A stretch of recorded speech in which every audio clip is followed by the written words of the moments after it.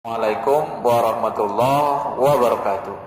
Alhamdulillah, alhamdulillahirabbil alamin. Bersyukur kita semua adik-adik sekalian, kita masih bisa belajar dalam pertemuan kali ini, belajar akidah akhlak.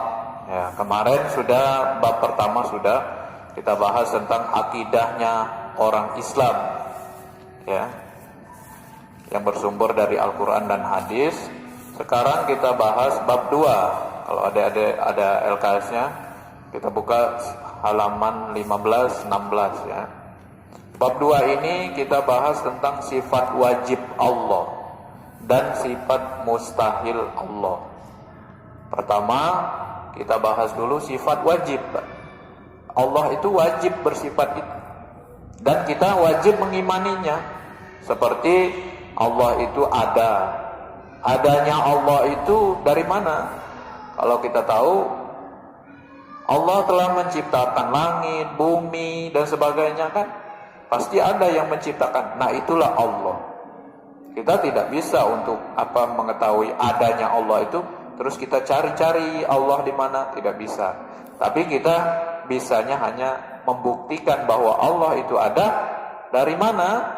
Dari ciptaan-ciptaan Allah. Contoh misal kita lihat ada meja, kursi. Ini kan ada meja, ada kursi. Dari mana adanya? Pasti ada yang buat, ada yang ciptakan. Nah, itulah tukang meja, tukang kursi, tukang pembuat meja dan kursi.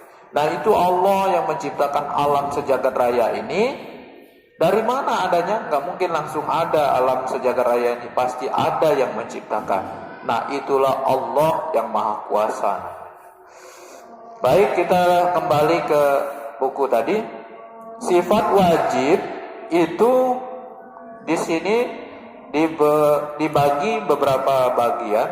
Pertama, sifat wajib nafsiyah.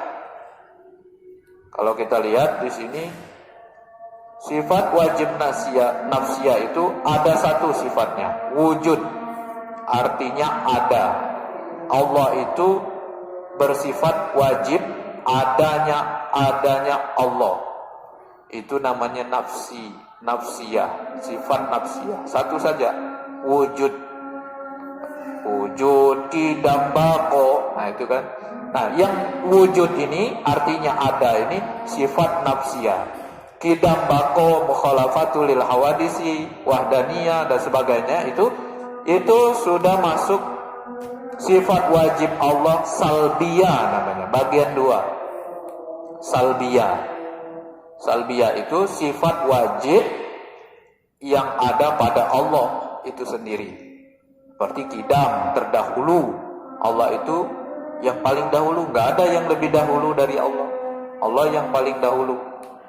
Yang kedua, kidam bako, Allah itu kekal.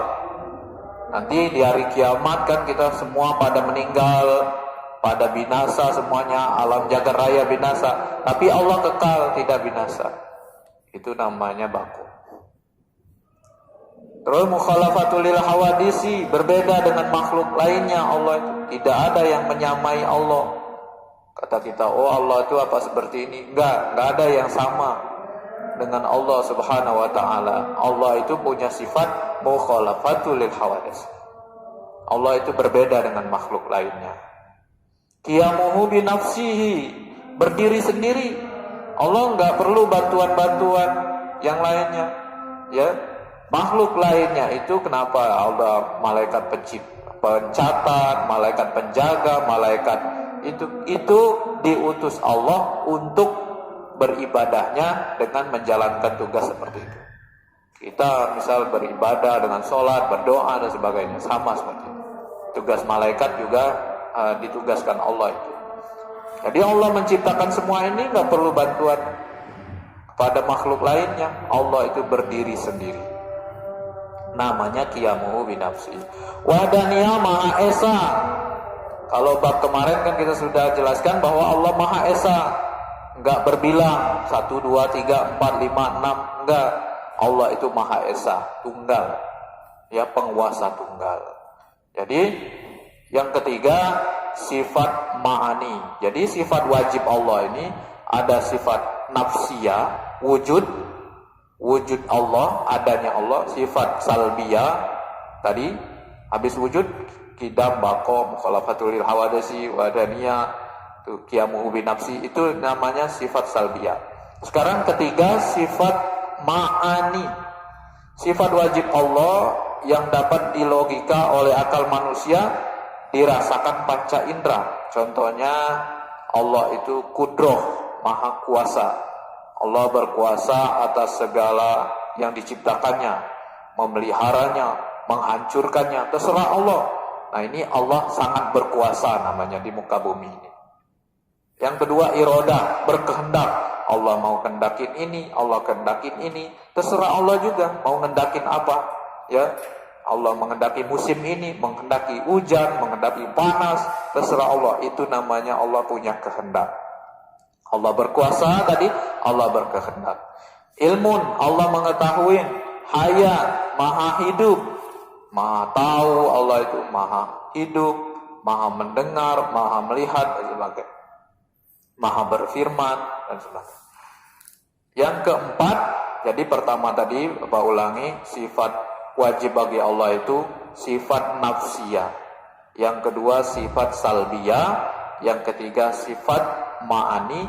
Yang keempat sifat maknawiyah. Maknawiyah ini apa? Bersandar pada sifat ma'ani, tidak dapat berdiri sendiri. Contohnya Allah kuasa atas segala sesuatu. Dikatakan Allah maha kuasa atas segala sesuatu itu firman Allah, qul innallaha qadirun ala ayyunazzil ayatan walakin aktsarahum la ya'lamun. Al-An'am ayat 37. Muridan, ya, Allah punya kehendak. Sama, jadi maknawiyah sama ma'ani tadi dia saling keterkaitan. Allah itu maha ilmu, Allah sendiri juga maha mengetahui. Allah maha berkehendak, Allah maha berkuasa atas segala sesuatu. Hayyan, maha hidup, tidak akan pernah mati. Maksudnya tadi hayyan, maha hidup, tapi ini hayyan, maha hidup, maksudnya hidup itu tidak akan pernah mati, ya, tidak mati-mati lagi.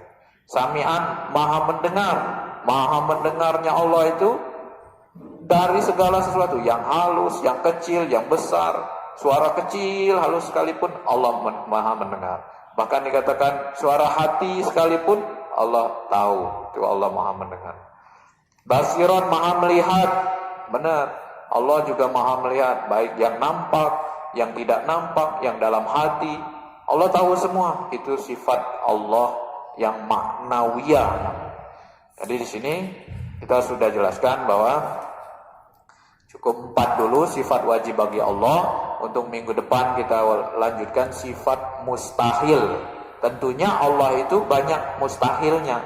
Mustahil mati, mustahil tidak ada, kan mustahil. Kebalikan dari sifat wajib ada, sifat wajib Allah.